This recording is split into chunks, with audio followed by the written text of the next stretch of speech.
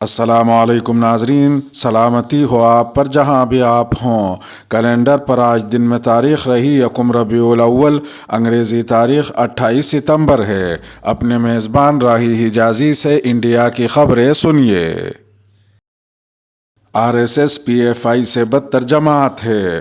RJD سپریمو Lalu Prasad Yadav نے بدھ کے روز ملک میں PFI پر 5 سال کے لیے پابندی لگائے جانے کے تناظر میں ایک بیان دیا ہے۔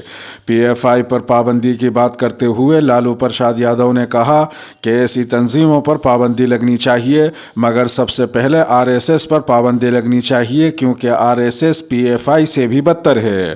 لالو پرساد یادو نے مزید کہا کہ یہ لوگ مسلم تنظیموں کو نشانہ بنا رہے ہیں، یہ لوگ ہر چیز میں ہندو مسلم کرتے ہیں۔ واضح رہے کہ حکومت نے پاپولر فرنٹ آف انڈیا اور اس سے منسلک تنظیموں اور اداروں کو غیر قانونی قرار دیتے ہوئے ان پر پابندی عائد کرنے کا اعلان کیا ہے۔ یہ پابندی 5 برس کے لیے عائد کی گئی ہے۔ حکام نے دعویٰ کیا ہے کہ پاپولر فرنٹ جماعت المجاہدین بنگلہ دیش اور نام نہاد دولت اسلامیہ سے مبینہ طور پر منسلک ہے، تاہم پاپولر فرنٹ ان تمام الزامات کی تردید کرتی ہے۔ دوسری جانب مرکزی حکومت کے ذریعے PFI پر 5 سال کی پابندی عائد کیے جانے کو اپوزیشن کی سب سے بڑی جماعت کانگریس نے درست قرار دیا ہے۔ کانگریس جنرل سیکریٹری جے رام رمیش نے کہا کہ کانگریس پارٹی ہمیشہ سے سبھی طرح کی فرقہ پرستی کے خلاف رہی ہے۔ انہوں نے مزید کہا کہ ہم ہر اس نظریے اور ادارے کے خلاف ہیں جو ہمارے سماج کا مذہبی پولرائزیشن کرنے کے لیے تعصب، نفرت، شدت پسندی اور تشدد کا سہارا لیتے ہیں۔ ادھر قومی راجدھانی دہلی کے شاہین باغ علاقے میں بدھ کے روز پاپولر فرنٹ آف انڈیا کے دفتر کے باہر بڑی تعداد میں پولیس فورس کو تعینات کیا گیا ہے۔ پولیس شاہین باغ علاقے پر نظر رکھنے کے لیے ڈرون کا بھی استعمال کر رہی ہے۔ پولیس اہلکاروں کو PFI آفس کے ساتھ والی سڑکوں پر بھی گشت کرتے ہوئے دیکھا جا سکتا ہے۔ خیال رہے کہ 10 روز قبل ہی پولیس نے پورے جامعہ نگر علاقے میں دفعہ 144 نافذ کر دی تھی، جس کے تحت 4 یا اس سے زیادہ لوگوں کا ساتھ جمع ہونا ممنوع قرار دیا گیا تھا۔ ادھر مہاراشٹر پولیس نے ریاست کے کئی اضلاع میں چھاپے مار کر پاپولر فرنٹ آف انڈیا کے 25 کارکنوں کو گرفتار کیا ہے۔ مہاراشٹر کے نائب وزیر اعلیٰ دیویندر فڈنویس نے صحافیوں کو بتایا کہ PFI پر کارروائی ان کی سرگرمیوں کی تحقیقات کی بنیاد پر قانون اور شواہد کے مطابق ہے۔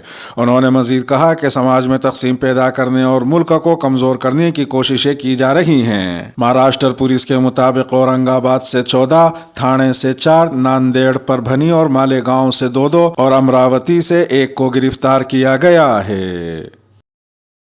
جھارکھنڈ میں پھر موب لنچنگ، شہباز انصاری کو پیٹ کر مار ڈالا۔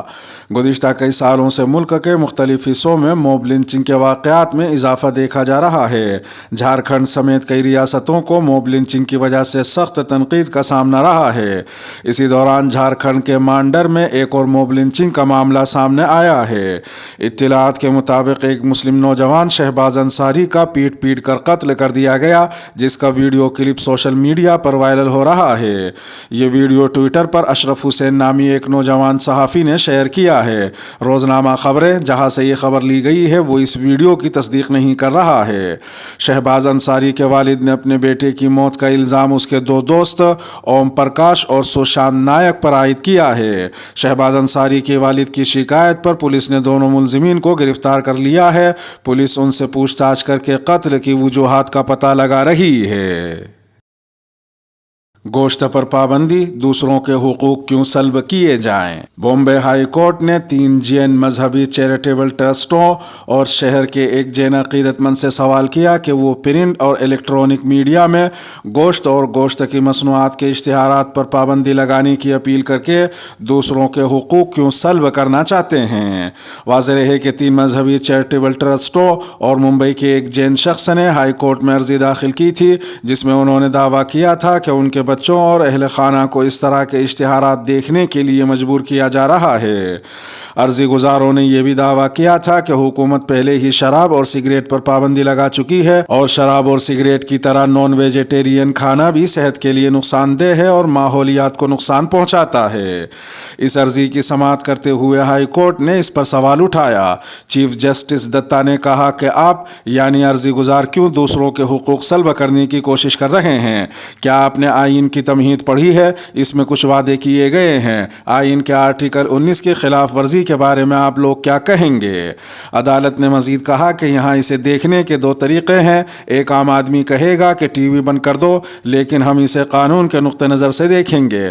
آپ جو مانگ رہے ہیں اسے قانون کے ذریعے حل کرنا ہوگا، لیکن یہاں ایسا کوئی قانون نہیں ہے، اس لیے آپ ہمیں قانون بنانے کو کہہ رہے ہیں۔ عدالت نے یہ بھی کہا کہ جب ایسے اشتہارات سامنے آئے تو لوگوں کے پاس ٹیلی ویژن بند کرنے کا آپشن دستیاب ہے اور عدالت کو قانون کے معاملے پر غور کرنا ہے۔ وزیر اعظم مودی نے تالی تھالی کی نوٹنکی کے بعد شروع کی نئی نوٹنکی۔ وزیر اعظم نریندر مودی کے ذریعے پہلے مدھیہ پردیش کے گارڈن میں نامیبیا سے لائے گئے 8 چیتوں کو چھوڑنے اور اب چیتوں کے نام کا مشورہ دینے کے لیے ایک مقابلے کے اعلان پر انڈین یوتھ کانگریس کے قومی صدر شری نواس بیوی نے وزیر اعظم کو ہدف تنقید بنایا ہے۔ شری نواس نے 8 چیتوں کو نیا نام دیا جو مرکزی حکومت کو تنقید کا نشانہ بناتے ہوئے نظر آ رہا ہے۔ انہوں نے چیتوں کو نیا نام دیتے ہوئے ان کی تصویر ٹویٹ کی جس میں لکھا کہ سنا ہے تالی تھالی دیا جلانے کی زبردست نوٹنکی کے بعد وزیر اعظم نریندر مودی نے اپنے محبوب چیتوں کا نام رکھنے کے لیے مقابلہ شروع کیا ہے۔ انہوں نے مزید کہا کہ میرے حساب سے مودی جی کے دل کے قریب ان چیتوں کے لیے یہ نام درست رہیں گے۔ ادھر ایک دوسری خبر میں نوٹ بندی کے 6 سال بعد اب سپریم کورٹ کی آئینی بینچ اس پر سماعت کرے گی۔ واضح ہے کہ جب مودی حکومت نے 2016 میں نوٹ بندی کا فیصلہ کیا تھا تو اس کے حوالے سے ملک بھر کی عدالتوں میں کئی عرضیاں دائر کی گئی تھیں، مگر اس وقت سپریم کورٹ نے ملک بھر کی عدالتوں میں تمام زیر التوا نوٹ بندی کے مقدمات کی سماعت پر روک لگا دی تھی۔ اب جبکہ 6 سال بعد بینچ تشکیل دی گئی ہے تو توقع کی جا رہی ہے کہ اس معاملے کی سماعت بھی جلد مکمل ہو جائے گی۔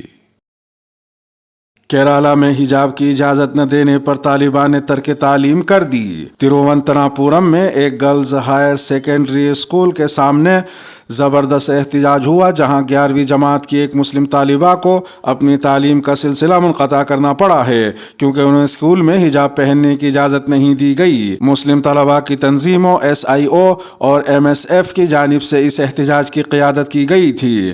والدین اور دیگر ارکان اسمبلی کی مداخلت کے باوجود اسکول انتظامیہ نے حجاب کے مسئلے پر اپنی ضد سے پیچھے ہٹنے سے انکار کر دیا، جس کے بعد طالبہ کو تعلیم ترک کرنی پڑی۔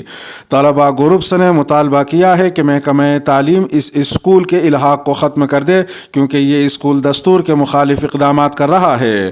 پولیس نے احتجاج کرنے والوں کو روکنے کے لیے پہلے تو اسکول کے سامنے رکاوٹیں کھڑی کی اور بعد ازاں احتجاج کرنے والوں کو منتشر کرنے کے لیے لاٹھی چارج کیا۔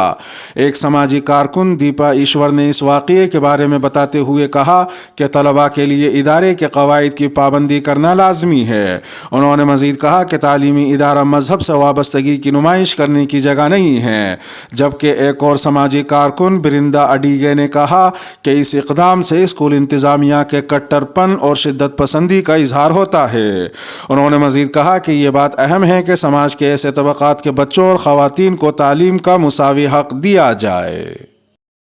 ٹویٹر نے کسانوں کی تحریک والے اکاؤنٹ کو بلاک کرنے کو کہا۔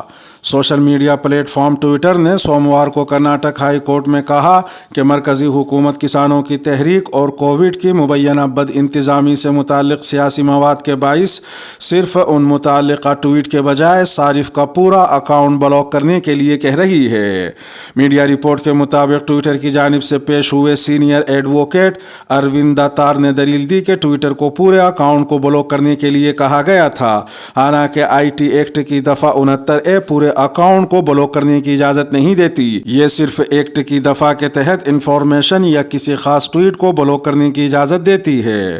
ٹویٹر نے مزید کہا کہ ملزم یعنی خلاف ورزی کرنے والوں کو نوٹس جاری کیے بغیر ٹویٹر کو متعدد اکاؤنٹ کے خلاف کارروائی کرنے کو کہے جانے سے ایک پلیٹ فارم کے طور پر ٹویٹر متاثر ہوا ہے۔ ادھر ایک دوسری خبر میں گجرات پولیس نے 25 ستمبر کی دیر رات 7 سماجی کارکنوں کو حراست میں لے لیا۔